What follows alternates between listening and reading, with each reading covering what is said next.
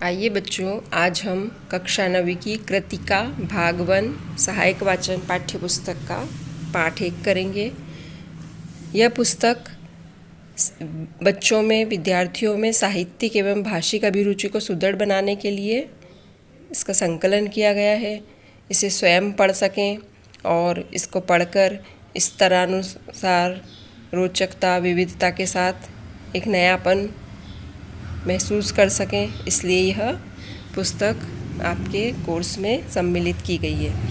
पहला पाठ है इस जल प्रलय में। ऋण जल धन जल नाम से रेणु ने, मतलब फणीश्वर नाथ रेणु जो लेखक है इस रिपोर्ट के, इसको रिपोर्टाज कहते हैं। गद्य की एक विधा होती है रिपोर्टाज, है ना। तो ये इसमें सूखा और बाढ़ कुछ अत्यंत मर्मस्पर्शी रिपोर्टाज लिखे हैं, जिसका एक सुंदर उदाहरण है इस जल प्रलय में। इस पाठ में उन्होंने सन 1975 की पटना की प्रलयंकारी बाढ़ का अत्यंत रोमांचक वर्णन किया है, जिसके वे स्वयं भुक्तभोगी रहे हैं। उस कठिन आपदा के समय की मानवीय विवशता और यातना को रेणु ने शब्दों के माध्यम से साकार किया है।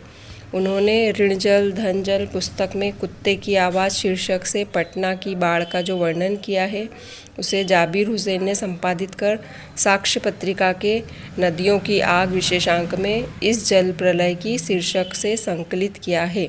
प्रस्तुत पाठ वहीं से लिया गया है ना। ये रिपोर्ट है, मतलब एक बाढ़, जैसे बाढ़ग्रस्त शहर जगह की, वहाँ लेखक ने स्वयं रहकर इसको देखा है और भोगा है। लेखक का गांव ऐसे इलाके में है जहां हर साल चारों दिशाओं की कोसी, पनार, महानंदा और गंगा नदी की बाढ़ से पीड़ित प्राणियों का समूह आकर पनाह लेता है। मतलब वहाँ पे उनके गांव में जहाँ बाढ़ होती है तो वो वहाँ के रुकते हैं सब। पटरियों पर ढेर सारे गाय, बैल, बकरी के झुंड देखकर अंदाज लगा सकते हैं कि बाढ़ आने वाली है, क्योंकि वहाँ से सब मवेशी चल देते हैं। बिना नदी वाली जगह रहने पर तैरना नहीं आता है, लेकिन 10 साल से स्वयंसेवक, राजनीतिक कार्यकर्ता आदि की हैसियत से बाढ़ पीड़ित क्षेत्रों में काम कर रहा हूँ। ये सब जो लिख रहे हैं कौन है? लेखक। हाई स्कूल में बाढ़ पर लेख लिखकर इनाम प्राप्त कर चुका हूँ। 1947 में जय गंगा, 1948 में डायन कोसी और हड्डियों का पुल रिपोर्टाज के अलावा कई उपन्यासों में भी बाढ़ का वर्णन किया है, पर स्वयं बाढ़ में घिरने और भोगने का मौका कभी नहीं मिला। पटना शहर में 1967 में मैंने स्वयं बाढ़ को भोगा है। एक शहरी की हैसियत से बाढ़ का पानी आने वाला है तो आलू, ईंधन, मोमबत्ती, दिया सलाई, पीने का पानी, कंपोस्ट की गोलियां जमा कर बैठ गए। प्रतीक्षा करने लगे कि अब पानी आएगा। सुबह राजभवन तक, दोपहर में गोलधर, शाम को कॉफ़ी हाउस जाने के लिए निकला तो रिक्शे वाले ने बताया कि वहाँ भी पानी आ गया है। तो फिर एक मित्र के साथ मैं वहाँ पहुँचा। सभी लोग अपने अपने वाहनों से और पैदल बाढ़ देखने जा रहे थे और लौटते हुए लोगों से पूछ रहे थे कि पानी कहाँ तक आ गया है। कॉफ़ी हाउस तक बंद कर दिया गया। सड़क किनारे तेज़ी से मोटी डोरी की तरह पानी आ रहा था। लेखक ने अपने मित्र से कहा, आचार्य जी, आगे जाने की ज़रूरत नहीं है, वो देखिए मृत्यु का तरल दूत आ रहा है। मृत्यु का तरल दूत किसे बोला उन्होंने? बाढ़ के पानी को। इसको प्रश्न भी बना सकते हैं हम, मृत्यु का तरल दूत किसे कहा गया है ना। अब रिक्शा पलटा लिया और दूसरे रास्ते से जाने लगे। वहाँ रामलीला मैदान के आसपास इतनी भीड़ थी जैसे दशहरा देखने लोग आते हैं। फिर बाढ़ का पानी देखने के लिए गांधी मैदान में आनंद उत्सव, सभा सम्मेलन, खेलकूद की स्मृतियाँ सब धीरे धीरे गेरुए रंग की हो रही थी, अर्थात ढकती हुई नजर आ रही थी। हरियाली सब धीरे धीरे पानी फिरता जा रहा था।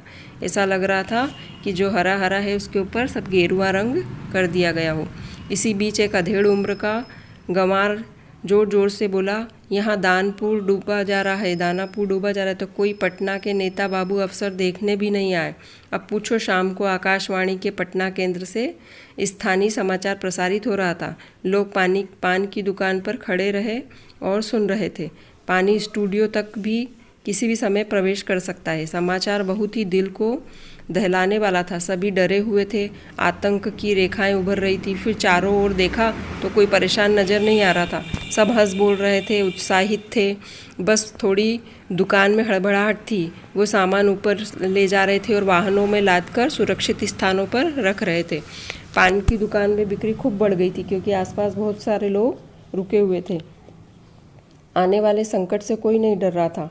चारों ओर पटना के डूबने की बातें उछाली जा रही थी।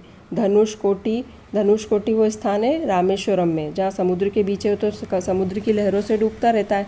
इस तरह कहीं पटना भी लापता न हो जाए। राजेंद्र नगर चौराहे पर मैगजीन कॉर्नर, आखिरी सीढ़ी तक पत्र पत्रिकाएं बिछी है।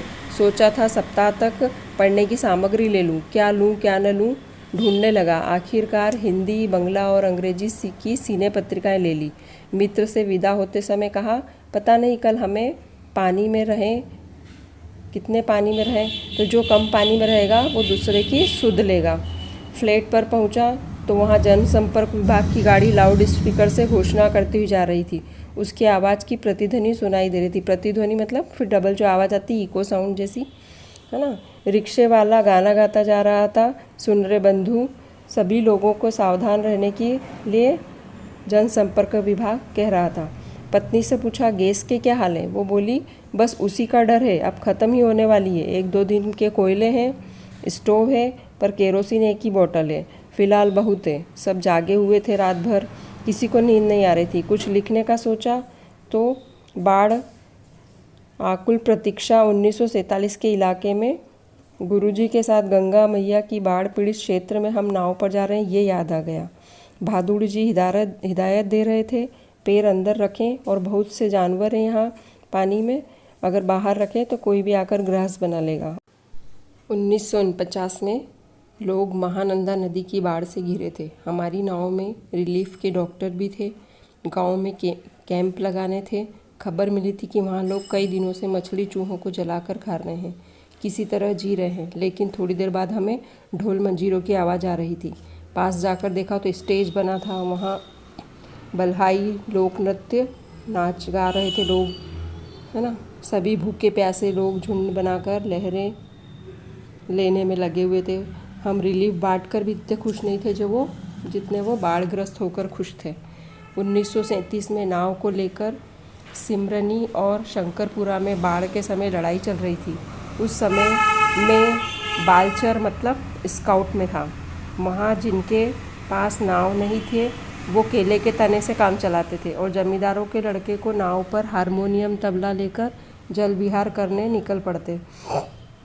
1967 में घर में बैठे ही कश्मीर का आनंद लेने के लिए कुछ लड़के लड़कियां नाव में घूमने लगे। नाव में स्टोव, उस पर केटली, डिब्बे में कुछ बिस्किट, इस तरह से सब रखा हुआ था। एक लड़की एक्सप्रेसो बना रही थी, ये कॉफ़ी होती है।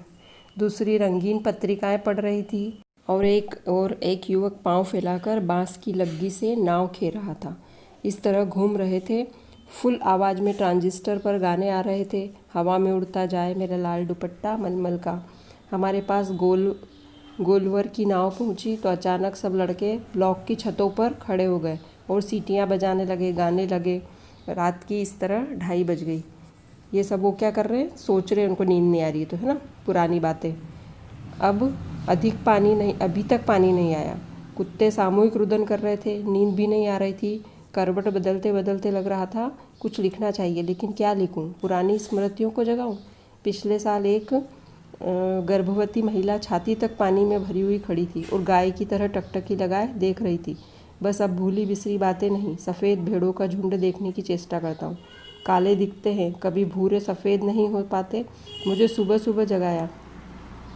इस तरह के सपने देख रहे थे वो, तो उनको सुबह सुबह जगाया 5:30 बजे। उठो, सवेरा हो गया, पानी आ गया है। सामने से देखा तो पश्चिम से सड़क पर मोटी डोली की शक्ल में मुंह में झाग लिए हुए पानी आ रहा था, जैसे शाम को कॉफ़ी हाउस में देखा था।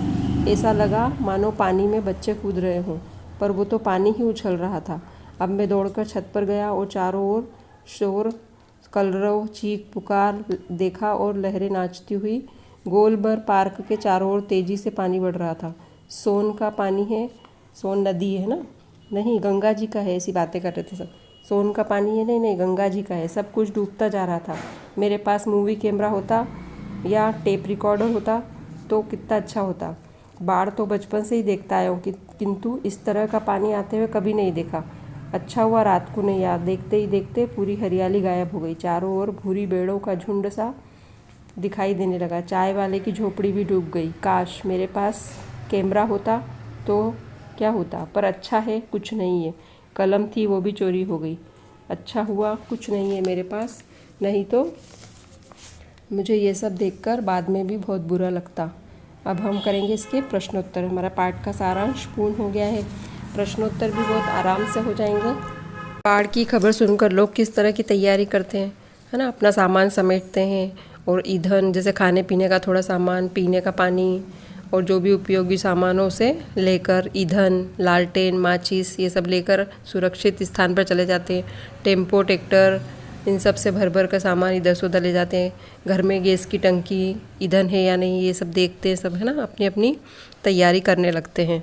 बाढ़ की सही जानकारी लेने और बाढ़ का रूप देखने के लेखक क्यों उत्सुक था? क्योंकि बाढ़ग्रस्त क्षेत्रों में लेखक ने रिलीफ वर्कर की हैसियत से काम करा था। पहली बार ऐसा हुआ था कि वह स्वयं बाढ़ में फंसे थे। सबकी जुबान पर एक ही जिज्ञासा है, कहाँ पानी कहाँ तक आ गया।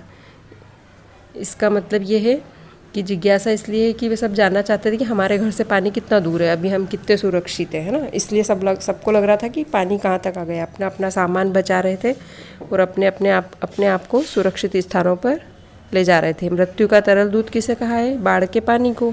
क्यों कहा है? क्योंकि बाढ़ के पानी में कई लोग, पशु पक्षी, जीव जंतु सबकी जान चली जाती है, इसलिए उसे तरल दूध कहा है, इसका मृत्यु का। आपदाओं से निपटने के लिए आपकी तरफ से क्या क्या सुझाव है, तो ये आपको स्वयं देखना है, बताना है कि क्या क्या सुझाव देंगे। यदि हमारे क्षेत्र में बाढ़ आ जाए तो हम क्या करेंगे।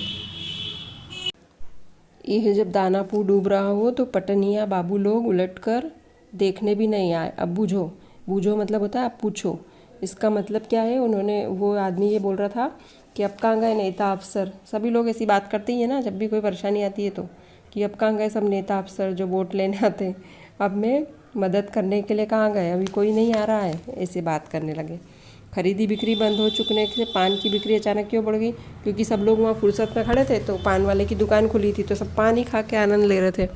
जब लेखक को यह एहसास हुआ कि उसके इलाके में पानी घुस जाने की संभावना है तो उसने क्या क्या प्रबंध किया। अपन ने शुरू में पढ़ा था ना इसमें पाठ में, लालटेन, ईंधन, माचिस, आलू, दिया सलाई, पीने का पानी और कुछ कंपोस्ट की गोलियां लेकर वह बैठ गए। ये उन्होंने तैयारी की। फिर है बाढ़ पीड़ित क्षेत्र में कौन कौन सी बीमारियां फैलने की संभावना रहती है। हैजा, मलेरिया, डायरिया, है ना, उल्टी दस्त, ये डायरिया बोलते हैं इसको। मलेरिया मच्छरों से होता है, ज़्यादा पानी भरा रहेगा तो मच्छर हो जाएंगे, है ना, ये सब बीमारियां होती हैं। इस तरह से आप प्रश्नोत्तर ढूंढें और खुद प्रश्न भी बनाएं और हमेशा छोटे छोटे प्रश्न ही याद करें, ज़्यादा बड़े प्रश्न नहीं आएंगे। इन सब को मिलाकर भी एक बड़ा प्रश्न का उत्तर हम लिख सकते हैं अगर हमने पाठ अच्छे से सुन लिया है और पढ़ लिया है। धन्यवाद बच्चों, बहुत बहुत स्वस्थ रहो, खुश रहो, घर में रहो। अब स्कूल जल्दी खुलने वाले हैं।